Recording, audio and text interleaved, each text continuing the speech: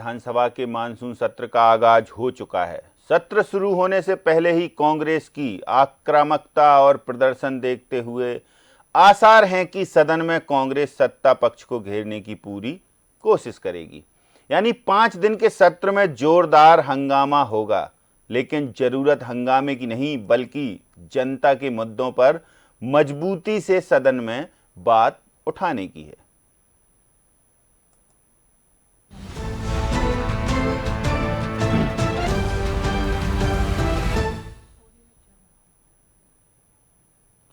तो मध्य प्रदेश विधानसभा के मानसून सत्र का आगाज हो गया है। पहले दिन सदन की कार्रवाई शुरू होने से पहले ही कांग्रेस विधायकों ने विधानसभा के बाहर प्रदर्शन कर नारेबाजी की। कांग्रेस विधायकों ने किसानों को लहसुन के कम दाम मिलने पर सरकार पर उपेक्षा का आरोप लगाया, तो सत्ता पक्ष ने कांग्रेस पर पलटवार भी किया।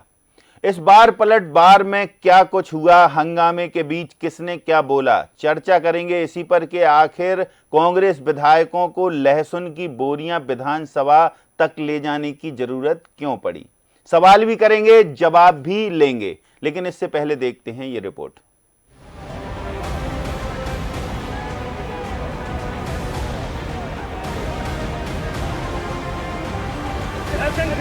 विधायक खरीदे, राशन खरीदो। ये तस्वीरें मध्य प्रदेश विधानसभा के मानसून सत्र के आगाज से ठीक पहले की हैं। वैसा ही हुआ जिस बात का अंदाजा लगाया जा रहा था। विपक्ष के विधायक आक्रामक और तीखे तेवरों में नजर आए। विधानसभा के बाहर कांग्रेस विधायकों सचिन यादव, जीतू पटवारी, कुणाल चौधरी ने लहसुन को लेकर जमकर प्रदर्शन किया और लहसुन के किसानों के मुद्दों को उठाया। कांग्रेस विधायक लहसुन की बोरियां लेकर आए थे और विधानसभा के बाहर बोरियां बिखेर रहे थे। मुद्दा किसानों से जुड़ा था। विधायकों का आरोप था कि दाम कम होने के कारण किसान प्याज और लहसुन के आंसू रो रहा है। 1 रुपए प्रति किलो में बिक रहा है लहसुन और प्याज, लागत ही नहीं निकल पा रही तो किसान क्या करे। तो सड़क पर प्याज और लहसुन फेंकने को मजबूर हो रहा है किसान। कांग्रेस विधायकों ने आरोप लगाया कि किसानों के लिए चल रही योजनाओं को सरकार बंद कर रही है। विधायकों ने मांग की कि सरकार किसानों का लहसुन खरीदे। पूरे मध्य प्रदेश में लहसुन और प्याज के किसान खून के आंसू रो रहे हैं, जहर खाने पे मजबूर हो गए हैं। लगातार वीडियो लहसुन फेंक फेंक के मुख्यमंत्री को आगाह कर रहे हैं। मुख्यमंत्री के पास अपनी बात पहुंचा रहे हैं, सरकार के पास अपनी बात पहुंचा रहे हैं। पर ये अंधी, गूंगी और बहरी सरकार किसी का दर्द, किसान का दर्द देख नहीं सकती। आज के पूरे भाव विधायकों का, कांग्रेस विधायक दल का ये है कि सरकार की भावांतर योजना काम मर गई है। किसानों का कब खरीदेगी लहसुन? किसानों के अहम और महत्वपूर्ण मुद्दे को लेकर के हम 20 साल से 18 साल से मुख्यमंत्री कह रहे हैं कि किसान की आमदनी दुगनी होगी। हम निरंतर मांग कर रहे हैं कि जो कृषि उत्पाद हैं उनको प्रोसेस करो, लहसुन की प्रोसेसिंग कराइए। प्रोसेसिंग का काम कुछ हो नहीं रहा है। बहुत सारे ऐसे, अब टमाटर की प्रोसेसिंग होती, लहसुन की प्रोसेसिंग होती है, सब्जियों की प्रोसेसिंग होती है, प्याज की प्रोसेसिंग होती है। प्रोसेसिंग करेंगे तो दाम बढ़ेगा, दाम बढ़ेगा तो किसान को भी मिलेगा। 20 साल से 18 साल से भाषण सुन रहे हैं और कुछ हो नहीं रहा है। विपक्ष के आरोपों पर सत्ता पक्ष हमलावर हुआ, आरोपों पर पलटवार किया। कहा किसानों की तैशी बन रही है कांग्रेस। कमलनाथ सरकार के वक्त किसानों की कितनी चिंता की सबको पता है। किसानों के लिए हमारी सरकार संवेदनशील है। कांग्रेस के पास कोई मुद्दा ही नहीं है और इसलिए नौटंकी कर रहे हैं। पहले कांग्रेस ही अपने गिरेबान में झांको।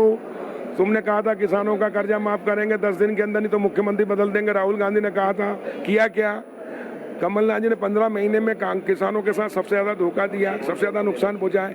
1 रुपया प्रीमियम जमा नहीं किया बीमा का 2 साल तक। क्यों कह रहे हैं? के रेट आज भी अच्छे हैं जो अच्छा लहसुन है, लेकिन जो खराब हो गया लहसुन, जिसमें कीड़े पड़ गए, जो 2 दिन से ज्यादा नहीं टिक सकता, उसके रेट नहीं। क्योंकि कोई भी व्यापारी खरीदेगा तो उसको ठीकेगा तो खरीदेगा ना, और इसलिए उसके रेट कम है। विधानसभा के मानसून सत्र का आगाज ऐसा था तो अंदाजा लगाइए कि अंजाम कैसा होगा, क्योंकि पहले दिन ही विपक्ष के आक्रामक तेवर नजर आए और सरकार को घेरने की भरसक कोशिश की गई तो सरकार ने जवाब दिया। मतलब तरकश में सत्ता और विपक्ष दोनों के पास तीर हैं, लिहाजा कई मुद्दों पर अभी सदन में संग्राम बाकी है। Bureau report, DNN news.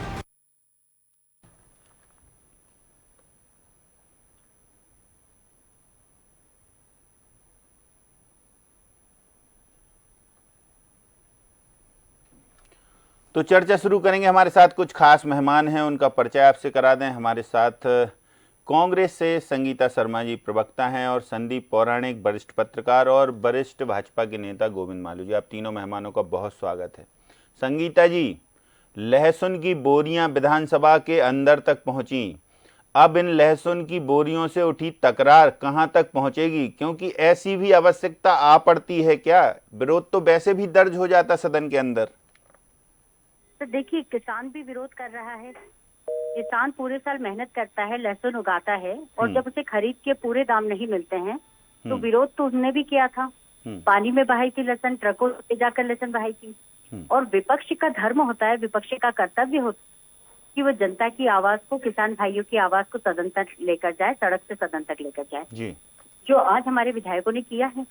उन्होंने लहसुन ले जाकर और विरोध प्रदर्शन किया है, सरकार को जगाने का प्रयास किया है, क्योंकि सरकार कब तक झूठे वादे करती रहेगी किसान भाइयों से। मैं आपको याद दिलाना चाहती हूँ, 2005 की बात है, जब माननीय शिवराज सिंह चौहान जी ने ये कहा था कि मैं 50,000 रुपए तक का कर्ज माफ करूंगा किसानों का। आज 18 सालों की इनकी सरकार हो गई है। मुझे बताए इस पूरे इतिहास में 18 सालों के किसान भाइयों का कौन सा कर्ज शिवराज सिंह चौहान जी की सरकार ने माफ किया? नंबर 2, ये तो झूठ इतना बोलते हैं भाजपाई कि कमलनाथ जी ने जब 27 लाख किसानों का कर्ज माफ किया, विधानसभा के पटल पर इनके कृषि मंत्री कमल पटेल जी ने स्वीकार किया, बावजूद उसके इनका लगातार ये झूठा आरोप है कि कमलनाथ जी ने कर्ज माफ नहीं किया। तो जनता को भ्रमित करना, किसानों को आंदोलित करना, भड़काना, भ्रम फैलाना, ये भाजपा की आदत बन चुकी है। और आप देखिए कि किसान भाई इनसे खुश नहीं है। केवल शिवराज जी के भाषण सुनकर, शिवराज जी की झूठी घोषणाएं सुनकर किसान कब तक सहेगा? और आज स्थिति ऐसी आ गई है कि घोषणा तो करते हैं, योजनाएं बनाते हैं, किसानों के हित की बात करते हैं, और हर जगह भ्रष्टाचार ही भ्रष्टाचार है। आप ऐसी कोई योजना बता दीजिए मध्य प्रदेश में जिसमें भ्रष्टाचार ना हो। इन्होंने डैम बनाए, डैम धंस गए, वहां भ्रष्टाचार हुआ। पोषण आहार घोटाला हो गया, टेंडरिंग घोटाला हो गया। इस तरीके के विरोध प्रदर्शन, जिस तरीके से लहसुन लेकर आज प्रदर्शन किया, ये उम्मीद करें कि अगले 4 दिन जो विधानसभा चल रही है उसमें इसी तरीके का आपत्ति दर्ज कराई जाएगी, फिर मामला कुछ भी हो? देखिए, मामला कुछ भी नहीं हो, जो गंभीर मामले हैं, बिल्कुल मामला कुछ भी हो से आशा है कि आपके पास तमाम मुद्दे हैं, मुद्दे सरकार को घेरने के लिए हैं, आप कह ही रहे हैं। मैं देखिए, सरकार को घेरना उद्देश्य नहीं, जनता तक राहत पहुंचे ये उद्देश्य है। सरकार को तो जगाना विपक्ष का काम है, जो हम जगा रहे हैं। अब देखिए, बच्ची के साथ, स्कूल की बच्ची के साथ जो रेप की घटना घटित हुई है, ये तो शर्मसार करने वाली है। आज इसमें आपने एक प्रेस आंगनबाड़ियों के अंदर कॉन्फ्रेंस भी की बच्चे है। हाथ में लेकर, जी, प्रदेश के अंदर बच्चे हाथ में लेकर आंगनबाड़ियों में खाना खा रहे हैं, वहाँ बर्तन तक नहीं है, और हमारे मुख्यमंत्री जी नौटंकी करते हैं। ये माना जाएगा संगीता जी कि ये सब मामले अब विधानसभा में आने वाले हैं और कांग्रेस के विधायक जो जनप्रतिनिधि है वो करेंगे। आपके पास वापस आएंगे इन्हीं मुद्दों के साथ, लेकिन अभी भाजपा से गोविंद मालू जी भी जुड़े हुए हैं, थोड़ा उनसे भी पूछ लेते हैं। मालू जी, संगीता जी कह रही हैं कि सरकार ने इतनी कमियां छोड़ी हैं, इतनी खामियां हैं, इतने मुद्दे हैं विपक्ष के पास, इन सब मुद्दों को लेकर यदि इस तरीके का प्रदर्शन सदन में किया जाएगा, जगाने का काम हो रहा है, तो इसको कैसा देखेंगे आप? कि सदन को चलने देना लोकतंत्र का तकाजा है। संवैधानिक व्यवस्था में सदन में बहस हो, चलने देने से मतलब ये नहीं है कि आप सब बात की हाँ भरें, आप विपक्ष हैं। आपको निश्चय ही अगर यदि आपके पास वास्तव में कोई ठोस, वस्तुनिष्ठ और प्रामाणिक मुद्दे हैं तो आप उस पर जरूर सरकार से पूछिए, सरकार से जवाब सवाल करिए। और आपका हंगामा करना है, हंगामा खड़ा करना है, क्योंकि आपके पास सब चीजें बेसलेस है। बेसलेस होने के कारण आप कुछ कर नहीं पा रहे हैं और इसी कारण जनता के बीच भी नहीं जा रहे हैं। तो कुल मिलाकर यदि मुद्दे की बात करें तो बहस करना चाहिए, आपको शांति से बात सुनना चाहिए, बात कहना चाहिए, और यदि मुद्दे हो तो प्रामाणिक रूप से सरकार पर प्रहार भी करना चाहिए। विपक्ष का आपका धर्म और दायित्व है उसका निर्वहन करना। लेकिन आप तो सदन उधर चलता है, बाहर धरना देके फोटो खिंचवाते, तो फोटो सेशन नहीं करना। फोटो सेशन करने के लिए आप कोई आंदोलन करते बराए नाम और उसके बाद में उस पर फोटो खिंचवाया और गायब। तो जनता का यदि वास्तव में जनता ने उसके साथ आती है, आप मुद्दों के साथ, तो आपको जनता के बीच में जाना चाहिए। अब सदन तो अभी आया है, अभी आप इतने सारे मुद्दों की बात करें थे संगीता जी, अब मैंने कहा ना कि ये विपक्ष है, इनके चश्मे से जनता नहीं देख रही है, इनको सावन के अंधे को हरा हरा दिखता है वैसा इनको दिख रहा है, लेकिन ऐसा है नहीं। जनता जान रही है कि यदि कोई समस्या भी आती है, सरकार चलती है, कई सारी चीजें आती है, लेकिन वो समस्या को सरकार ने कितनी गंभीरता से लिया है और कितना उसको सरकार निपटा रही है समस्या को, और उससे कितना जूझ रही है और उसका कितना निराकरण कर रही है और समाधान कर रही है। पानी आएगा वो समस्या आएगी, और कुछ होगा समस्या आएगी, तो समस्या आती रहेगी। लोकतंत्र में, जनता में, शासन में, प्रशासन में कोई सब कुछ। और इनके समय कौन सा राम राज्य था? इन्होंने कई सारे वादे किए जो पूरे नहीं किए। आज भी 60-70 साल बाद आजादी के, और आज स्वच्छता की बात करना पड़े, आज वही प्राकृतिक खेती की बात करना पड़े, आज उसी बात को लेकर हम बार बार वही बात करें, ग्रास रूट की हम हर घर नल जल पहुंचाने की बात करें, तो इनके जमाने में काम होता, राम राज्य आ जाता, तो आज कुछ काम ही नहीं करना पड़ता। इसलिए काम लगातार हो रहे हैं, उपज भी बहुत बम्पर हुई है, और उसके बाद उस उपज का मूल्य लोगों को मिले, इसके लिए भी सरकार ने पूरे प्रयास किए हैं। और जवाबदेही के लिए बिल्कुल मुस्तैद है, सदन में हर सवाल का जवाब है सरकार के पास। बिल्कुल दिया जाएगा, बिल्कुल दिया जाएगा, इनकी पूरी समस्या का समाधान किया जाएगा। ठीक बात है। हमारे साथ संदीप पौराणिक जी भी हैं, वरिष्ठ पत्रकार हैं, काफी नजर रखते हैं राजनीतिक मामलों पर। संदीप जी, क्या लगता है कि सदन में अब जिस तरीके से शुरुआत हुई है, यानी कि आगाज हुआ है हंगामेदार, तो अब ये लगता है कि अब विपक्ष बिल्कुल मुस्तैदी से और एकजुटता से नए नेता प्रतिपक्ष के साथ सरकार की घेराबंदी करेगा या जगाएगा, जैसा संगीता शर्मा जी कह रही हैं? देखिए महेंद्र जी, आप ये मान के चलिए कि आने वाले समय, या यूं कहें कि 1 साल बाद चुनाव है, तो चुनावी माहौल के हिसाब से मुद्दे भी तैयार होंगे, प्रदर्शन का दौर भी शुरू होगा, सरकार अपने वादे दोहराएगी और किसानों को या दीगर लोगों को क्या सुविधाएं दे रहे हैं इसकी बात होगी। लेकिन महेंद्र जी, एक चीज को हमें समझना होगा कि वाकई में किसान हमेशा चला गया है, चाहे सरकार कांग्रेस की रही हो, चाहे बीजेपी की रही हो। किसान की आज जो हालत है, इसके लिए किसी एक व्यक्ति को, एक दल को दोषी नहीं ठहराया जा सकता। किसान तो हमेशा से चला गया है। कब किसान को उसकी लागत के अनुसार मूल्य मिला फसल का? वर्तमान में चाहे केंद्र की सरकार हो, चाहे राज्य की सरकार हो, दोनों ने किसानों की आय 2 गुना करने का वादा किया था। क्या 2 गुना हुई? आज लहसुन जैसी समस्या जो आ रही है कि 1 रुपए किलो बिकने के लिए है, और किसान तो मंडी में इसलिए नहीं ले जा रहा है कि वो ट्रांसपोर्टेशन में ज्यादा खर्च हो जाएगा, तो वो फेंक तक रहा है।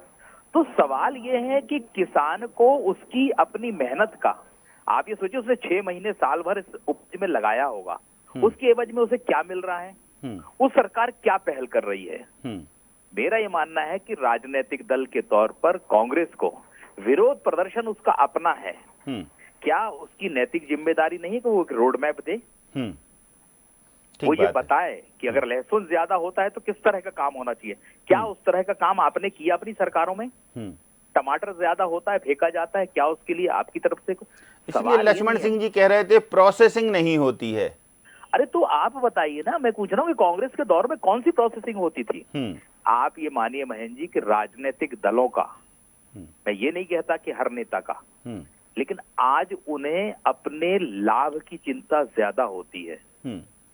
क्या मैं वही पूछ रहा हूँ कि 15 महीने की सरकार मालिक, ये कहा जा सकता है किसानों के लाभ हानि से कोई मतलब नहीं है, अपने लाभ हानि में किसान कितने उपयोगी हैं ये ठीक है। इस पे मूल नजर होती है। मैं ये कह रहा हूँ ना कि इस देश को आजाद हुए 75 साल हो गए, क्या किसानों की वाकई में आमदनी उस रेशो में बढ़ी जिसमें बढ़नी चाहिए?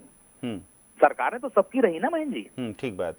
इस पर कभी ना तो चिंतन राजनीतिक दल करते हैं, जब वो सत्ता में होते हैं तो दूसरे तर्क गढ़ते हैं, और जब विपक्ष में आ जाते हैं तो दूसरे तर्क गढ़ते हैं। लेकिन ये बिल्कुल सच है कि इस समय अगर कोई संकट में है, समस्या में है, मुसीबत में है, तो वो सिर्फ किसान है, जिसकी तरफ अगर ध्यान सरकारों ने नहीं दिया तो दिक्कत हो जाएगी।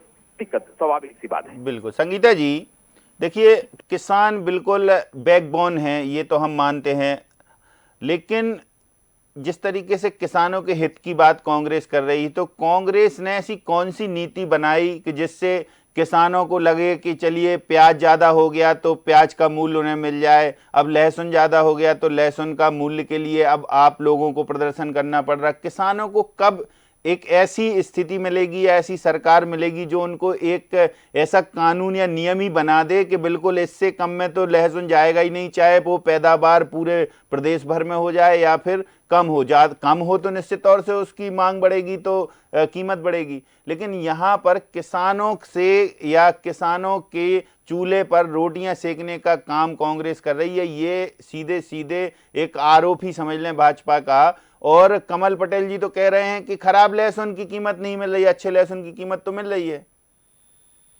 देखिए, सबसे पहले तो जो पौराणिक जी बात कर रहे थे, मैं उनकी बात से सहमत नहीं हूँ। उन्होंने दोनों सरकारों को दोषी पाया है। अब मैं इन्हें बताना चाहती हूँ कि कांग्रेस का इतिहास उठाकर देख लें, ऐसी कौन सी योजना नहीं है जो किसानों के हित में कांग्रेस ने ना बनाई हो। कांग्रेस का इतिहास उठाकर देख लें कि जब अभी केंद्र में नरेंद्र मोदी जी की सरकार थी, 700 किसानों ने शहादत दी, जब जाकर 3 कृषि कानून वापस किए। मध्य प्रदेश की अगर हम बात करें तो मंदसौर के अंदर 6 किसानों को सरेराह गोली मारी गई थी, ये इन्हीं की सरकार थी। ये मुझे बताएं, इनका इतिहास उठाकर भारतीय जनता पार्टी की सरकारें कि इन्होंने कब कब किसानों का कर्ज माफ किया, कब किसानों के हित की योजना बनाई और कब इन्होंने किसानों के साथ खड़े होकर कार्य किया। केवल ये भाषणों तक ही सीमित है। आप मोदी जी के भाषण सुन लीजिए, आप शिवराज जी के भाषण सुन लीजिए, ये भाषणों में किसानों के इतने हितैषी और किसान पुत्र भी हैं ये तो, उसके बावजूद भी किसानों की ये गत क्यों हो गई? 18 साल क्या कम थे? मुझे बताइए, 18 सालों में क्या शिवराज सिंह चौहान जी किसानों के लिए क्या कर पाए? किसान क्यों सड़कों पर है, कभी लहसुन लेकर, कभी टमाटर लेकर। और जहां तक आप बात कर रहे हैं कि हमने क्या किया, तो मैं आपको बता देना चाहूंगी, माननीय कमलनाथ जी ने करके दिखाया। 15 महीनों की सरकार में किसानों के कर्ज माफी की फाइल पहले दिन 1 घंटे के अंदर साइन की और 27 लाख किसानों का कर्ज माफ करके दिखाया, जो कि विधानसभा में कमल पटेल जी ने विधानसभा के पटल पर स्वीकार किया। दूसरी बात, राहुल गांधी जी ने और कमलनाथ जी ने कहा था कि हम फूड प्रोसेसिंग यूनिट हर किसान के खेत पर लगवाएंगे। ये अगर हमारी सरकार चलने देते तो शायद आज हर किसान के खेत पर फूड प्रोसेसिंग यूनिट होता, न टमाटर खराब जाता, न लहसुन खराब जाती।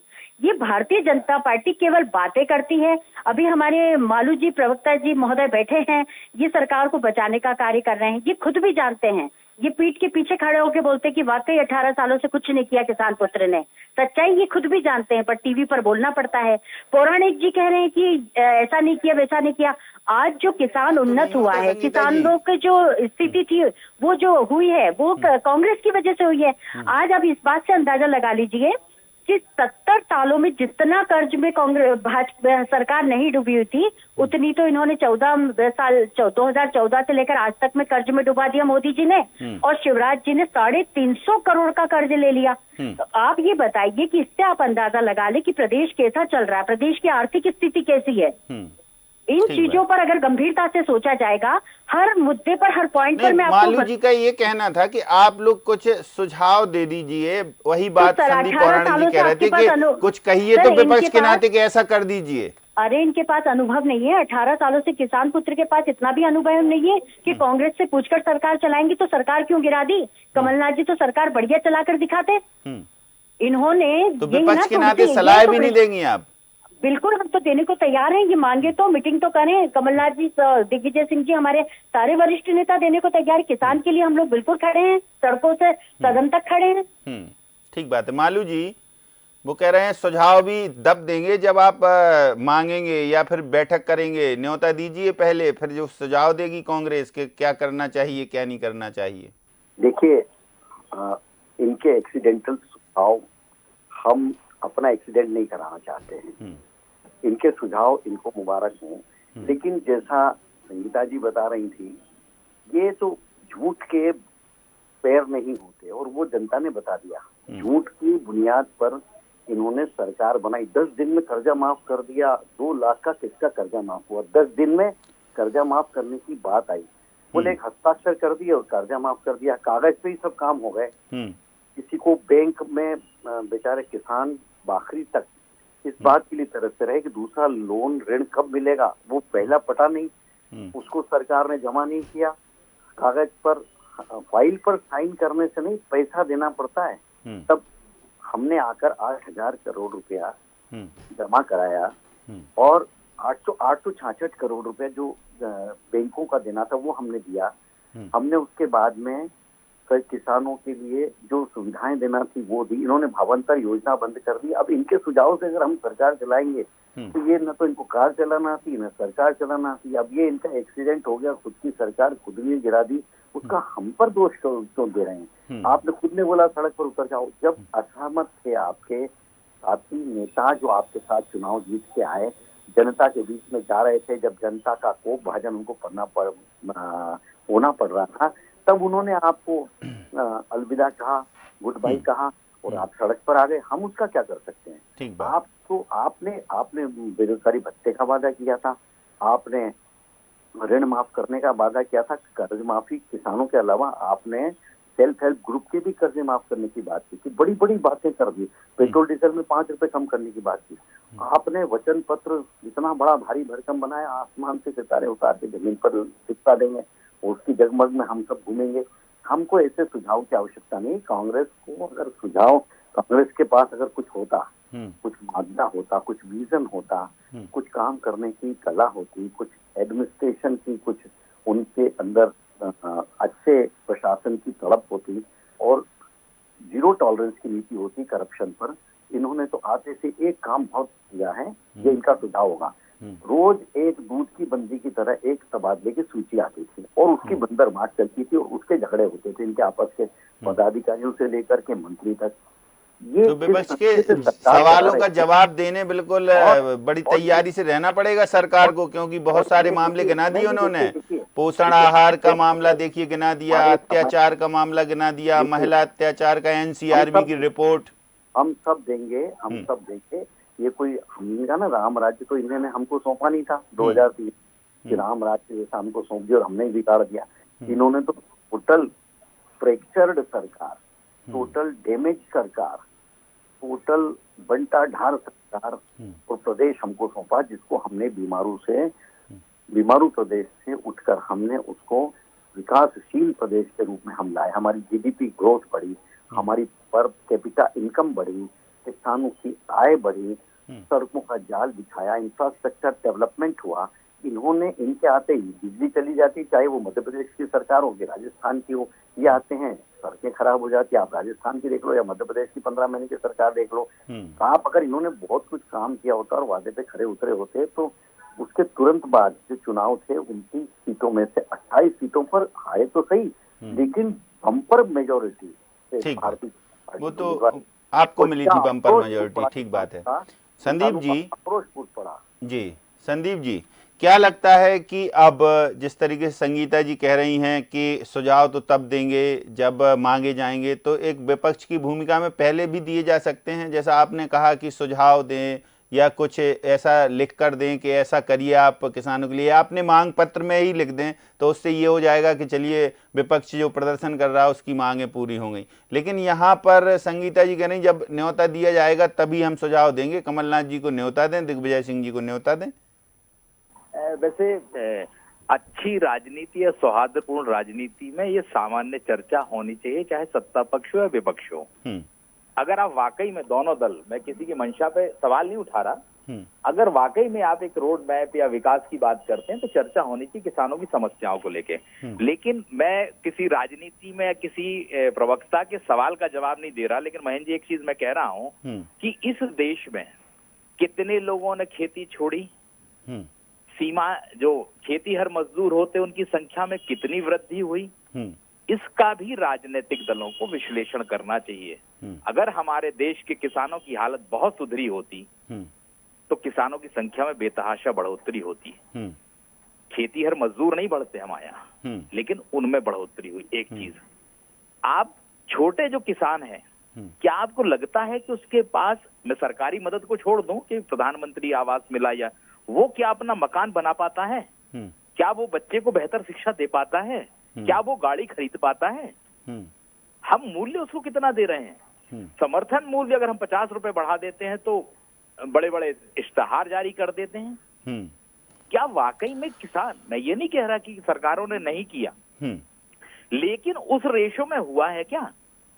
ठीक बात। जिस रेशो में चाहे सरकारी कर्मचारी हों उनकी तनख्वाहें बढ़ी, जिस तरह की सुविधाएं उद्योगपतियों को दी जाती हैं क्या किसानों को दी जाती हैं? ये एक सवाल है जिनका जवाब चाहे सत्ता पक्ष हो या विपक्ष, उसे ये सवाल का सामना करना पड़ेगा और जवाब देना पड़ेगा। लेकिन वर्तमान दौर की राजनीति में जो दिख रहा है महेंद्र जी कि सत्ता पक्ष और विपक्ष में इतनी दूरी बढ़ चुकी है कि उसे पाटना बहुत कठिन हो गया है। आप जो कह रहे हैं ना कि वो सुझाव मांगे और ये सुझाव देंगे, मुझे नहीं लगता है कि अब उस तरह की समन्वय की राजनीति है कि सत्ता पक्ष सुझाव मांगेगा और विपक्ष देगा। वो तो एक अलग दौर था कि श्रीमती गांधी के काल में अटल जी को यूएन भेजा जाता है। ठीक बात। वो दौर खत्म हो गया, आप ये मान लीजिए। अब राजनीति में वो सौहार्द लौटेगा, इसकी कल्पना भी बड़ी मुश्किल है। बिल्कुल ठीक बात है। संगीता जी, ऐसे में कैसे चलेगा काम कि अब कामकाज पर ही सवाल उठाएंगे या फिर कुछ सॉल्यूशन की बात भी होगी? तो सदन में 4 दिन हमें ये लगेगा कि अब आप सवाल ही उठाकर सरकार को जगाएंगे बस? सदन लगता ही इसलिए है कि हमारे जितने भी सवाल हैं वो हम सरकार से पूछें। हमने इतने सारे सवाल लगा कर रखे हुए हैं, अब सरकार को हमारे सवालों के जवाब देना चाहिए। और जितने भी सवाल हैं सब जनता के मुद्दे हैं। फिर जनता टैक्स क्यों देती है? कि सरकार हमारे कार्य करे। जनता ने टैक्स दिया, बांध बनवाए, 1 साल के अंदर बांध टूट गया। वो 300 करोड़ 350 करोड़ ये सब पैसा जनता की टैक्स का था। इसका दुरुपयोग किया गया, कमीशन लिया गया, भ्रष्टाचार किया गया। हाँ, आज जो बच्चे कुपोषित हैं उनके लिए जो आहार दिया जाता है, पोषण आहार, उसके अंदर तक घोटाला हो रहा है। अब बच्चा स्कूल जाता है, वहां घोटाले हो रहे हैं। तो ये जो घोटाला और भ्रष्टाचार इस सरकार के अंदर हो रहा है, ये जनता के सवाल तो हम पूछेंगे, ये हमारा सवाल तो पूछेंगे। और सदन में इस तरीके से नहीं सुनेगी सरकार तो इस तरीके से प्रदर्शन भी होंगे। फिलहाल तीनों मेहमान आप हमारे साथ इस महत्वपूर्ण चर्चा में शामिल हुए, बहुत शुक्रिया। संगीता जी बहुत शुक्रिया, गोविंद मालू जी आपका और बहुत शुक्रिया, संदीप पौराणिक जी आपका भी। तो सदन अभी शेष है, 4 दिन का वक्त बाकी है। पहले दिन आगाज कांग्रेस ने बड़ी जोरदार तरीके से किया, लेकिन दिवंगतों को श्रद्धांजलि के साथ सदन स्थगित हो गया। फिर सदन चालू होगा और फिर सदन में किस तरीके का हंगामा देखने को मिलता, क्योंकि अभी तो किसानों की बारी थी, अब बांधों की बारी है, फिर पोषण आहार की बारी है, उसके बाद फिर एनसीआरबी के आंकड़े हैं। क्या क्या विपक्ष के पास है और क्या क्या सरकार के पास जवाब है, ये तो सदन में ही देखने को मिलेगा। लेकिन इस चर्चा में इतना ही, मुझे दीजिए इजाजत, नमस्कार।